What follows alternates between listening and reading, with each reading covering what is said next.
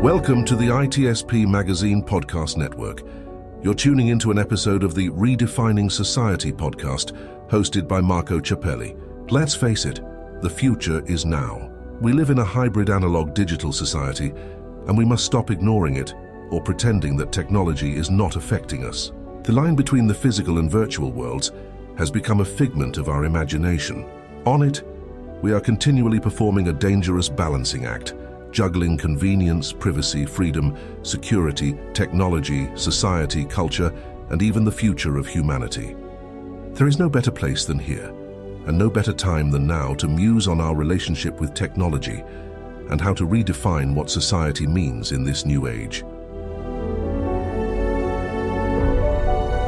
Black Cloak provides concierge cybersecurity protection to corporate executives and high net worth individuals to protect against hacking, reputational loss, financial loss, and the impacts of a corporate data breach.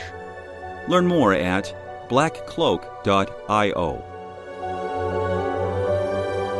BugCrowd's award-winning platform combines actionable contextual intelligence with the skill and experience of the world's most elite hackers to help leading organizations identify and fix vulnerabilities, protect customers, and make the digitally connected world a safer place. Learn more at bugcrowd.com. Devo unlocks the full value of machine data for the world's most instrumented enterprises. The Devo Data Analytics Platform addresses the explosion in volume of machine data and the crushing demands of algorithms and automation. Learn more at devo.com.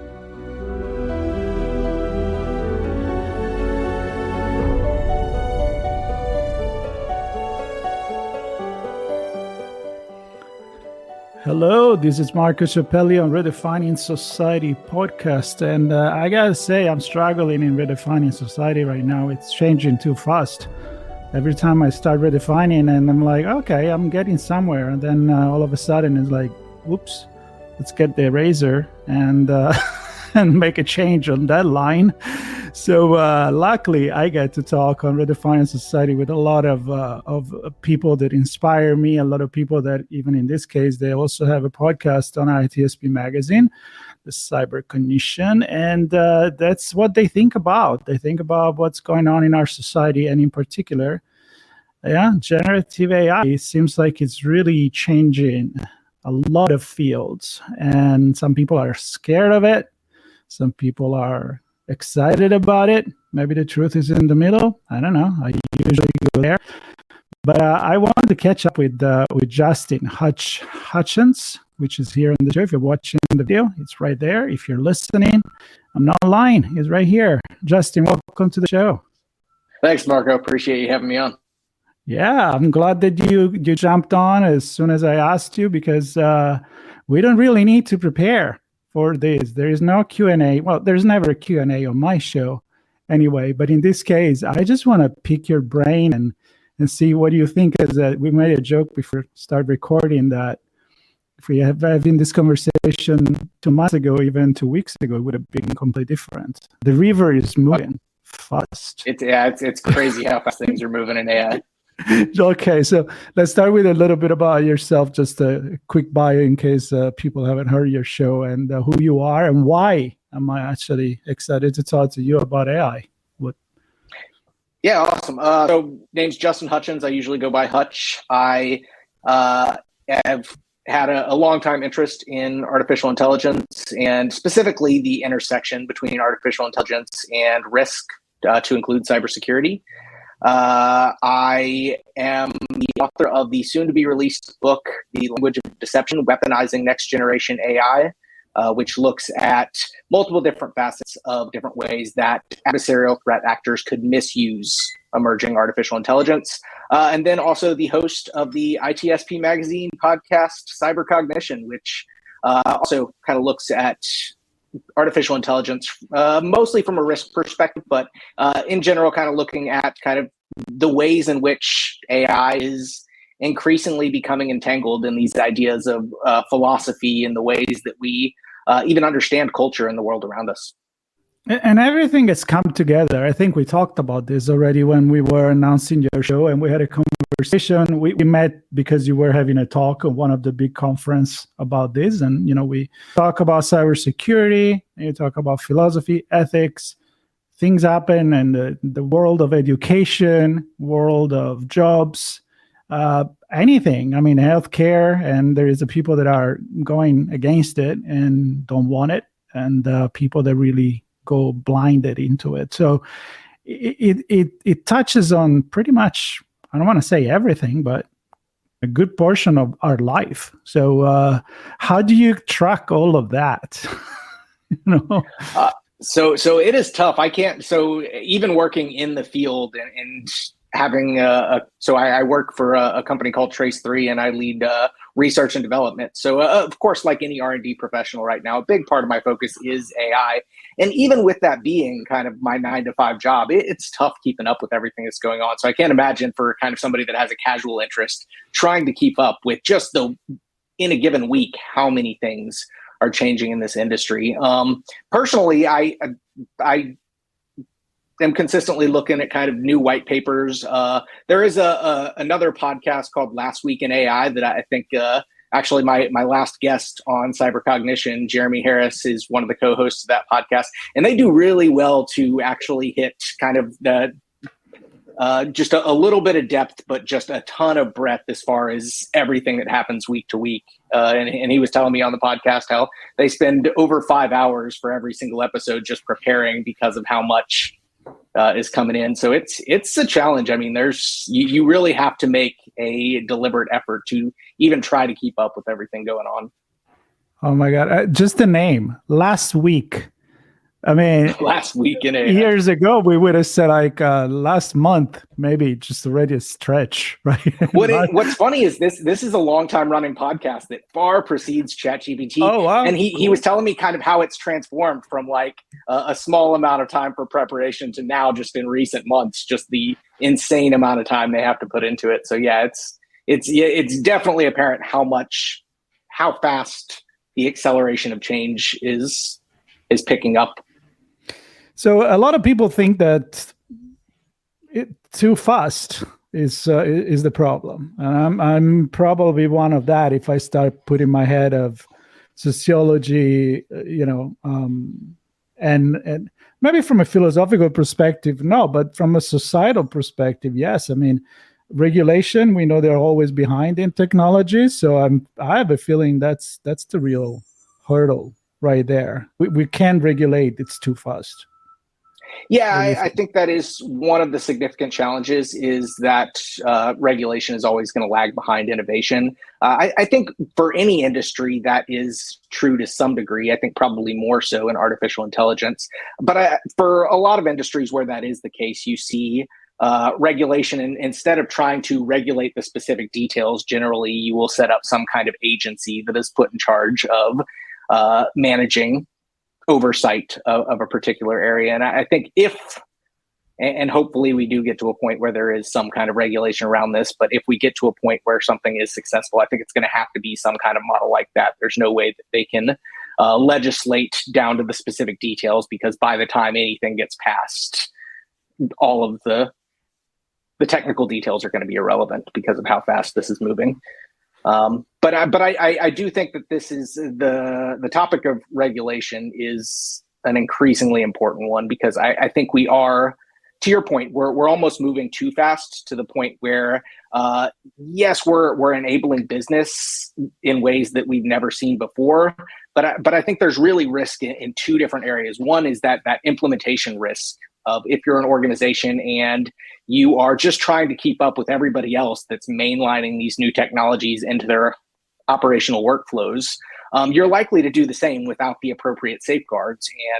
And that could introduce tremendous risk to your organization. But there's also the adversarial risk, which is kind of the topic of the book that I worked on and am going to be putting out in the near future, is the fact that as we introduce these new capabilities, threat actors are as fast, if not faster, picking up these same capabilities and using them for nefarious purposes.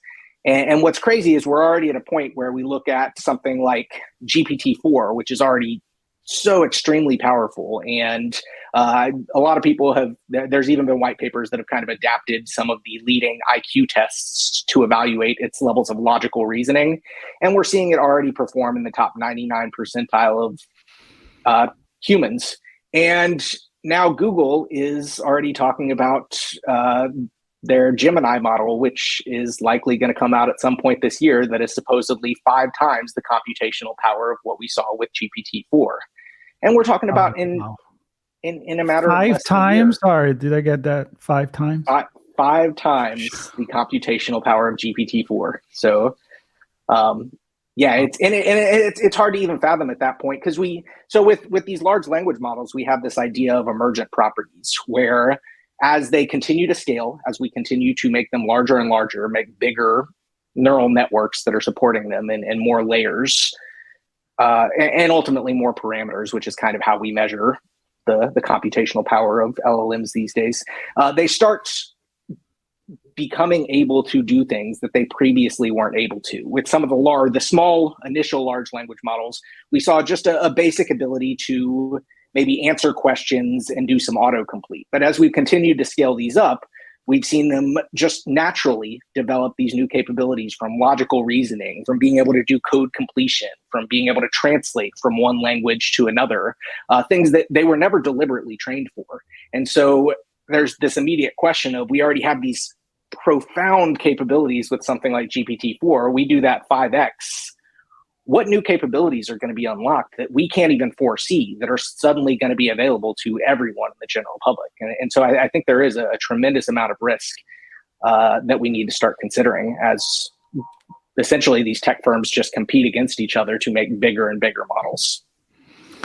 Yeah, so I think I have 2 points. I'm going to start with the reason why we do it like this. So regulation, not going to catch up anytime soon. We could self-regulate. Not going to happen.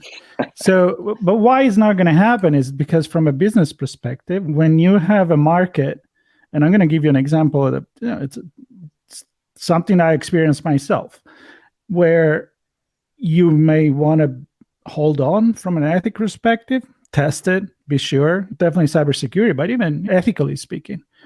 But then there is a first player, it comes in. So, the script, for example, to edit podcast as a language instead of a timeline, right? So looking at the sound wave, you actually remove a word and that's gone. You don't need to cut it. And all of a sudden you're like, wow, this is amazing. And then within a month, Adobe now has that neural engine in Photoshop, in Premiere, and all the tools that you use. And then there's Canvas that you can do the same thing. Midjourney, DALL-E 3, and then all of a sudden it's like, just put your input in Photoshop. It's going to generate whatever you want.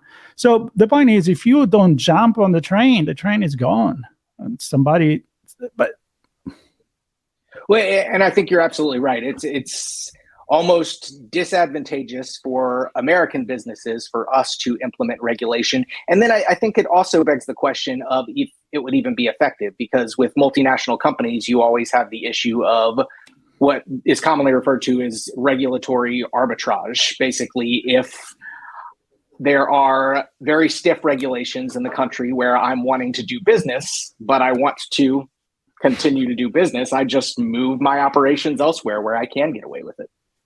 Yep. And so we see that commonly in financial, where people move to the Caymans in order to do their shady financial business. And essentially, we could likely expect that we would see the same thing with artificial intelligence. If we implement strict regulations, people will move where they can continue to do operations. Yeah. So do you think there is, because that's the big question for me, and I agree with you. I don't know, any industry, like, okay, if I can't do it here, I'm going to do it somewhere else. But then the government is going to say, well, no, you can stay here because we want your money. We want you to pay taxes and hire our people. So it's become an economic decision. But as a humans, can we think about it a little bit, or we're just doomed to just follow this? It's a tough question. So I don't think that obviously there are significant challenges with effectively regulating, and I think those have to be taken into consideration with any potential regulation that we try to put forward. But I think what it really gets to is the importance of global partnerships, and even that has significant challenges related to it. Getting everybody on the same page, especially when you have general adversarial views of one another as it pertains to other things. But so I mean, it's a really challenging problem to solve, and unfortunately, I think there's no shortage of problems and potential risk here. But the solutions, while there are some out there, they tend to be kind of almost leaning towards idealistic and in some ways almost unrealistic because of the challenges that you have to overcome in order to even implement that. Now, I'm by no means suggesting that we shouldn't try, but I do think that there are significant challenges ahead in regard to trying to put the guardrails on this. And what I talk to people about frequently is I think that it's fascinating because if you look at any of the historical, you go back 10, 20 years, you look at any of the science fiction, if you look at any of the writing from any of the main futurists, there was always this perspective that advanced artificial intelligence was going to kind of break out of its guardrails, break out of its sandbox, and take over the world. And what's fascinating is that in truth, there never was any guardrails. There never was a sandbox. The moment we had anything that was even remotely comparable to human intelligence, we immediately were like, put it out on the internet, start connecting it with everything, give it agency and autonomy to actually take actions without human intervention. So it's fascinating to see that kind of this idea that it would overtake those controls never really was even an obstacle for AI in the first place. Well, once you connect it, I remember I was reading a couple of years ago, 3 years ago, Max Tegmark book, Life 3.0. And there is like all these scenarios, similar to like Nick Bostrom. And funny story is like the problem always happens when you take the hardware and you connect it to access to the internet. Some scenarios like let's put it in between four walls. There is no cable, one thing and another. But then some scenario it manipulates people into help to escape, and you're like, well, we're not that stupid. Well, the truth is we don't need it. We already put it on the internet, so I don't even need to worry about that. So my other point that I wanted to ask you is, so five times the power, and we don't know exactly what to expect. It's going to learn things on its own. So is this the real concrete step toward general artificial intelligence? So it's an excellent question. I think it really depends on how you define artificial general intelligence. If you define artificial general intelligence as something that is able to generalize to such an extent that it's able to use the information available to do new and unique things, kind of tackle those zero-shot problems, then in a lot of ways, we're already seeing at least the early signs of general intelligence with GPT-4. I mean, you can take something like that, give it the specifications for an API that was not in its training data, something that's been published since it was even trained, and tell it kind of what you want it to accomplish with that API, and then basically just create a very simple relay or interface to take its commands, execute them within the API, and then return the output. And we're already seeing systems that are capable of taking action in that general form that is completely outside of its original training set. But of course, most of those actions right now are still very much in the digital world. That is to say, they can interact with APIs, they can interact with systems, but they can't necessarily interact with the physical world. And I think a lot of people, when they think of AGI, they think of kind of what we saw in the old science fiction movies with robots that are roaming around, and without any training, they can figure out kind of simple things like go make me some coffee or go brush up the stuff on the floor or something like that. Obviously, we already have robots that can do that, but they're in most cases they're deliberately trained for those particular tasks. They're not generalizing. They can't kind of adapt to the world as needed. What's interesting is that the transformer architecture, which was the basic architecture that is used for most of the generative AI systems that we're seeing these days, everything from DALL-E to ChatGPT to some of the different audio models and stuff like that.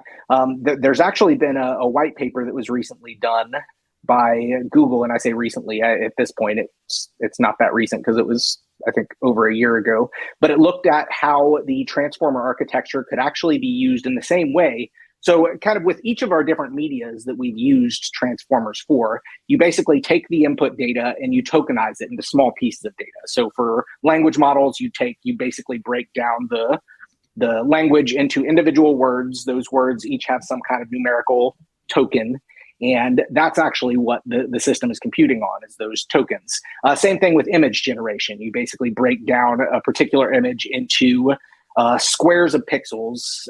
In most cases, you've got something like 16 by 16 patches of pixels, and each of those are individual tokens that are handled.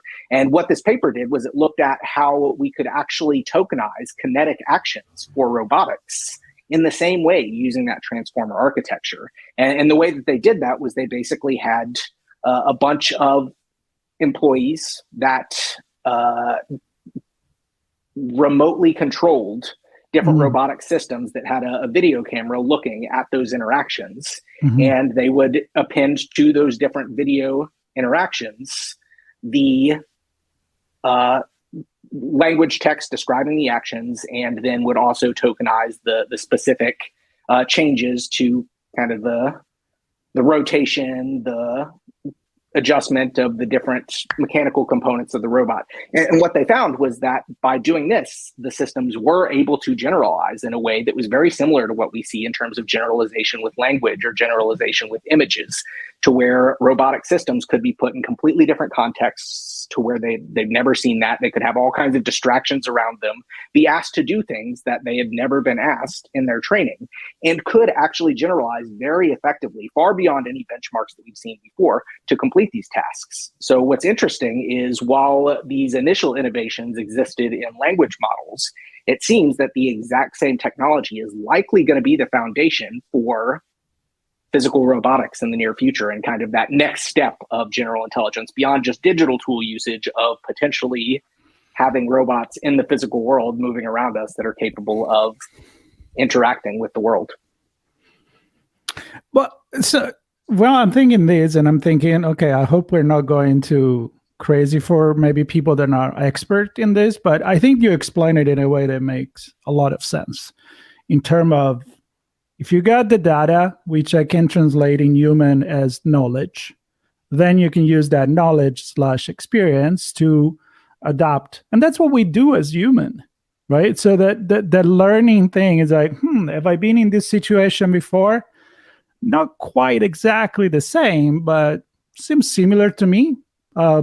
Maybe I can, doesn't look like that wall and that window, but it probably seems to be a different kind of wall and window. Maybe I can go through it. So if we assume that we're really getting to a human way of thinking here, nobody's born with the knowledge, right? I mean, again, AI is human more than we think. Yep. And what's fascinating is while it does seem that way on the outside, and all external indicators would indicate that. If you look at really the way these systems work, the language models really are autocomplete engines. The image generation is really just autocomplete based on the context that it has available. Essentially, the robotic stuff is exactly the same. So while it is fascinating to see that just kind of computational actions based on probability become, from the outside looking in, all of the things that you would expect from an intelligent entity. And so it really does kind of raise some questions of kind of what is consciousness in the first place? What is what is free will, what is, and I think that's where we're starting to see again that entanglement of emerging technology with the questions of physics and philosophy and kind of those underlying fundamental sciences that in the past were kind of two very separate things that rarely intersected. Mm-hmm. And that's where we get very philosophical, because it's about what makes us human, and that's the big question.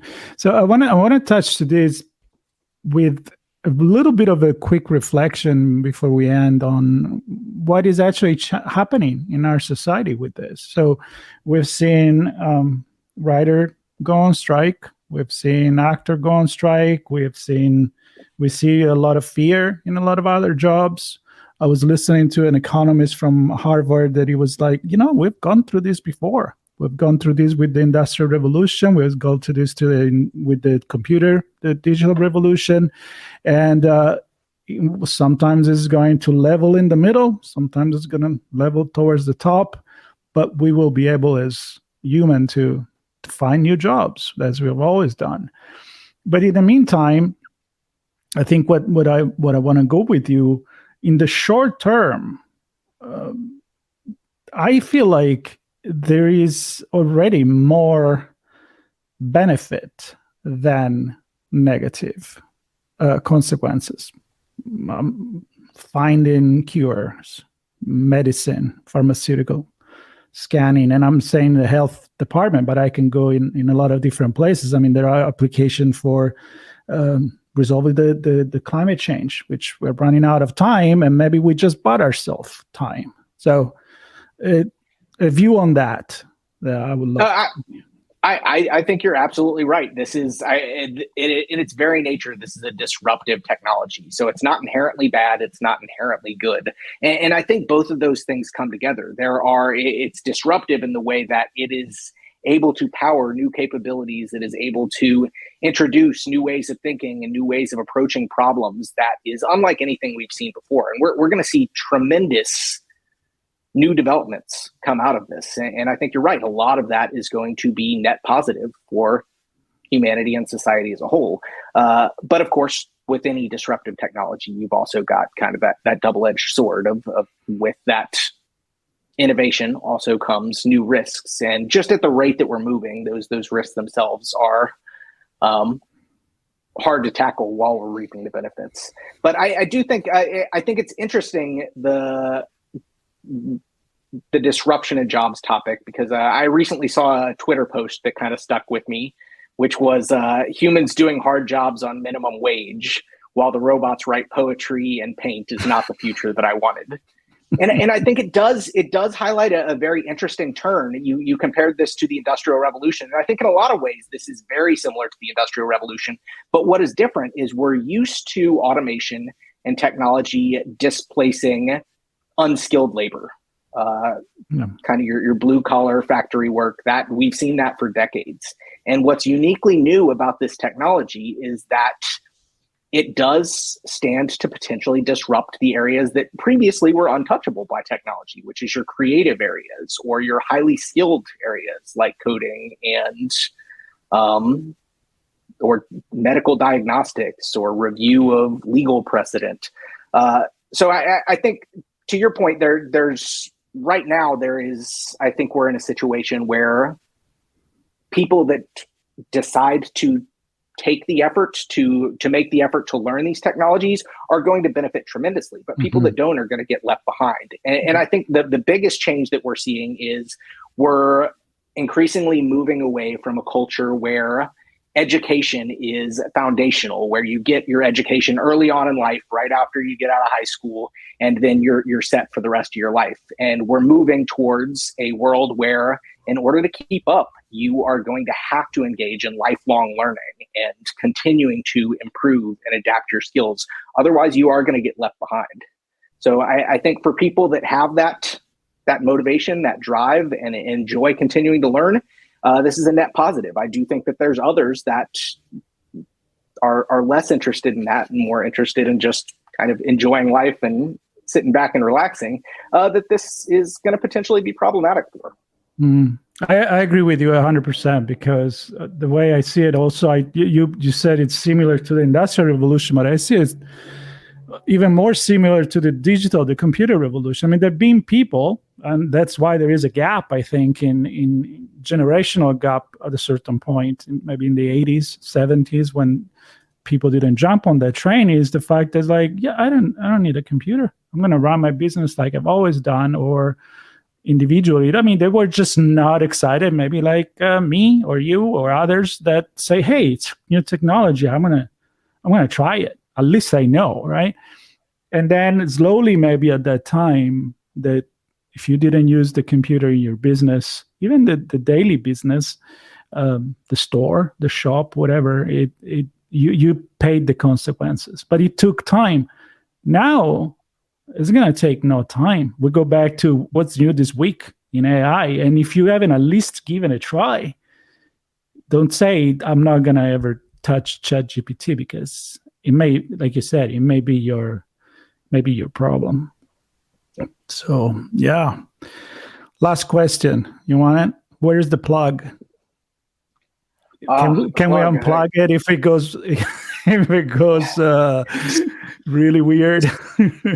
So what's interesting is shortly after the release of ChatGPT, there was a joke job post that was circulating around that was basically kill switch engineer. Mm-hmm. And it was over the top, kind of like, it is your job to stop the robot apocalypse and create the solution to call it quits. But I think there actually is a valid discussion to be had there of kind of any time we're implementing these, what is the backup plan if things do go terribly wrong? So I don't want people to kind of disregard the potential for AI altogether out of fear that this is going to be the end of the world. But at the same time, I think that there does need to be some kind of consideration around whether it's an actual physical kill switch or pulling the plug from the wall, all the way up to just understanding the best ways to, because unfortunately, I mean, the truth is, and we know this from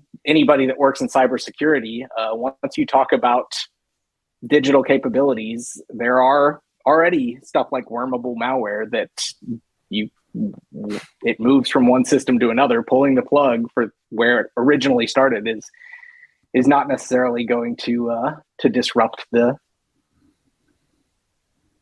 capability in this increasingly interconnected world. So it's a fascinating discussion. I think that honestly, as much of a joke as that post was, I think that I think there's some validity to that. And interestingly enough, OpenAI actually has since kind of introduced some new capabilities around super alignment, and talking about how they're going to align super intelligence as it becomes more capable than any living humans. So maybe that is that one. Maybe there is that one thing where we all, hopefully, as humanity, are going to agree on something. Maybe not about the way we use it, but about the way, what if is going to go crazy on us, how are we all going to stop it?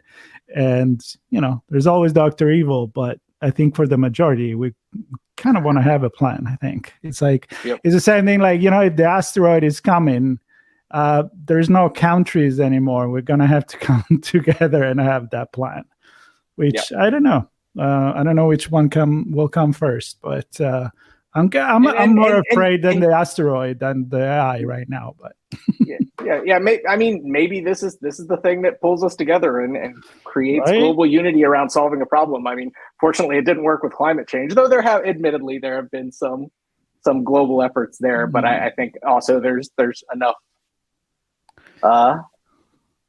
politicalization around that politicization. Politicization, yeah. Well, Hutch, this was I don't know how people are feeling about it. I have fun talking about these things. It's fascinating. I hope people are not getting too scared. I mean, of course, we go to the extreme scenarios, and maybe we come to something that everybody can understand. But if you guys enjoyed this conversation, you're definitely going to enjoy subscribing to my channel, and definitely to Justin's channel as well, because he has some very quick stories. Well, not the last one because you had a guest actually, so that went much longer. But when you do your own one voice podcast, it really you make people think. So thank you for taking the time, and come back. Maybe not every week because that's too much to follow, but once a month, every time you want to share something with me, I'd love to have this conversation. Awesome. Thanks, Marco. I really appreciate you having me on. All right, everybody, take care. Stay tuned for the next episode. Subscribe, and we'll see you soon. Devo unlocks the full value of machine data for the world's most instrumented enterprises. The Devo Data Analytics Platform addresses the explosion in volume of machine data and the crushing demands of algorithms and automation. Learn more at devo.com. BugCrowd's award-winning platform combines actionable contextual intelligence with the skill and experience of the world's most elite hackers to help leading organizations identify and fix vulnerabilities, protect customers, and make the digitally connected world a safer place. Learn more at bugcrowd.com. Black Cloak provides concierge cybersecurity protection to corporate executives and high-net-worth individuals to protect against hacking, reputational loss, financial loss, and the impacts of a corporate data breach. Learn more at blackcloak.io. We hope you enjoyed this episode of Redefining Society Podcast, hosted by Marco Ciappelli. If you learned something new, and this conversation made you think, then add this show to your favorite podcast player, subscribe to our YouTube channel, and share the ITSP Magazine podcast network with your friends, family, and colleagues. We hope you will come back for more stories and follow us on our journey.